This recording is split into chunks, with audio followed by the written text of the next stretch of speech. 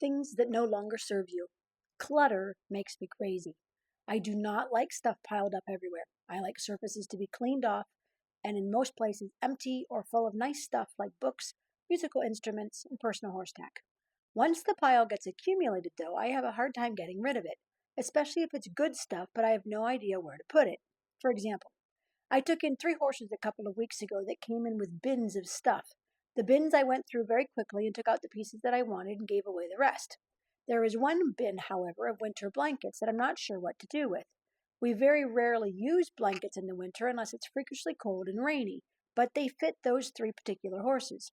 The old washing machine in the barn is trying to die, so I don't really want them in there, nor do I want to spend the money to have someone else wash them. So they're still sitting dirty in a bin in the middle of the hallway of the barn. They call to me as I walk past, but I've not had the energy to figure out what to do with them. Once a month, I get a serious throw everything away frenzy. I can throw away most anything or send them to somebody else. However, once that day long window is closed, I have a hard time looking at it again until the next month.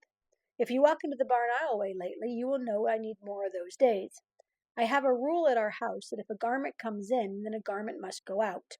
I love to hit the thrift stores, but then I must weigh carefully what do I have that can go out so that this new garment can come in. At least once a season, I go through and purge all the clothes that no longer fit or I have not worn in the past year. It frees up my closet, gives the thrift store something to resell, and makes my life cleaner and more organized. How about you? What is in your life that needs to be gone through, purged, or no longer serves you? Those old clothes from the 1990s need to go out. They steal space and energy. The old broken appliance that is sitting on the corner also needs to go. You are never going to fix it. Be ruthless in cutting the dead stuff out of your life. For flowers to grow fuller, the bush needs to be pruned. None of us knows how many days we've got. Precious things need to be itemized and detailed for the people that you love. Unless your children are young adults and just starting off, their own houses are already furnished. They do not need or want most of your things. Thank it and move along. If your life is too full and you can't add anything else to it, be brave, make space, and I think you'll be tickled with the results. Since then, we do not have an excuse of ignorance. Everything, and I do mean everything, connects to the old way of life must go.